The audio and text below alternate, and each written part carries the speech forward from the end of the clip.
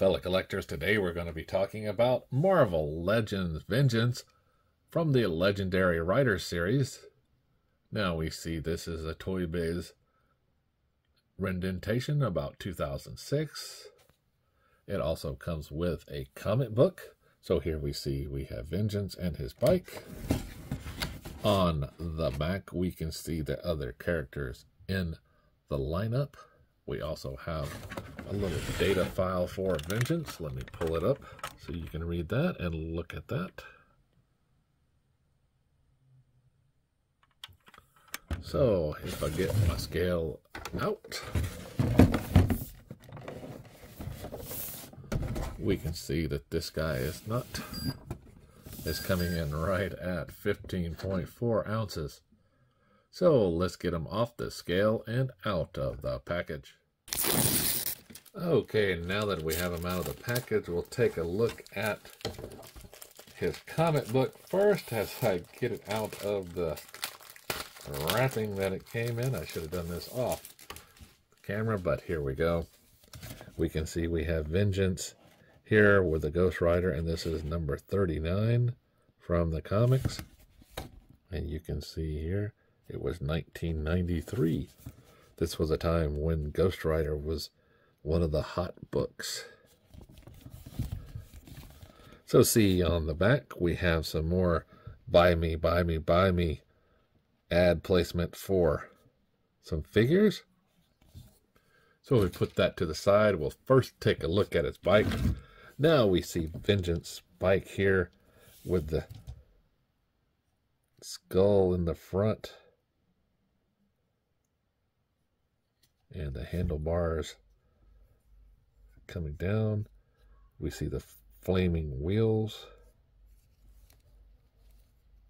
and all of the skulls here and the ports that he can use. Now the funny thing is, this can be mounted on a wall, and it does have wheels on the bottom of this, so it will always look like he's riding with flames. I thought that was rather amusing when I first saw it, but the wheels do not turn. The bike does rotate the handlebars, which is nice, but it does have a little forward and backward motion. So now that we have that out of the way, let's go ahead and take a look at Vengeance. We have one of his horns that are going a little astray, and if you look here, we have some paint chips already from the figure wearing down over time. However, we just got him out of the box, so yeah. So we look at the face. We can see the Vengeance face and these spikes, because it was the 90s. Everybody had to have spikes on their leather jackets, and we have these bones going around it, forming a belt also. These protrusions coming out like a rib cage. These small bones on his gloved wrist. So he has a bracer here, or a gauntlet. So if we look at the boots even have spikes. And his belt in the front has a little skull. Now his head does have a little translucent flame going on here, which is nice. And it helps you get around that. Now you would think his mouth moves in and out. Nope, it's just a gap.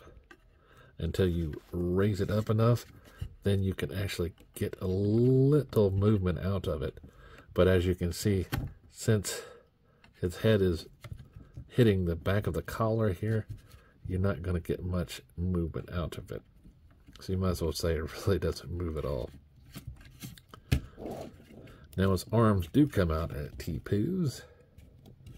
He has a bicep swivel as well as a double bend in the elbow. His wrists do not rotate, but he does have this break here at the glove. So you can rotate it that and then move this. Now his fingers do come in and out. So you do have a little wrist articulation, fingers articulation. As far as ab crunch goes, no. He can do a waist swivel though. And his legs are come out to a very good split. He has a thigh rotation here, a double bend in the knee. I'm not seeing a boot swivel. Look like it, but it's all tight. But we do have a little bit of a rock back and forth on his ankle, as well as a toe bend and a peg hole in the front. Now it does have a hinge also that you can move this forward and back.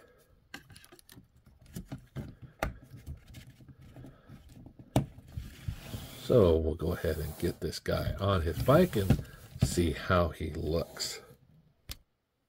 Okay, now that we have him on the bike, we can take a look at this. And yeah, so he has these holes on the back of his thigh that these pegs that we saw earlier go on to help him stay on the bike, and you pretty much need it. Now he can hold the handlebars using that grip. You just have to finagle it to get it just right and get the bends all in order and everything. And this was the problem also with the Ghost Rider series from this line. You just had to get it just right. But the legs look a little weird just hanging off there. It would have been nice if you could get them just a little bit more motion, or be able to bend them a little bit more. And what I mean by that is actually getting to where he can look like he's riding the bike, or at least have a little kickstand that he can have, which I guess you can do, but you know, you've got this little gap here. And it would be nice if you could rotate these right here and make them a little bit more out also. But it is what it is. That's why they made more of them, because they couldn't get it right the first time, so they got it as close as they could, and then we go from there. So this is the Ghost Rider Vengeance with his bike. So until next time, remember, let me get his height. Sorry. So the bike measurement comes in at, I'm getting 9 inches long. And if I pull him off the bike, Vengeance is coming in at, hear that nice clicky click. Vengeance is coming in right at 7 1/4 inches, so he will be just a little bit taller than a normal Marvel Legends series, or the newer Marvel Legends. So I was saying, remember, shop around if you're looking for this guy. And as always, like, subscribe, and keep collecting.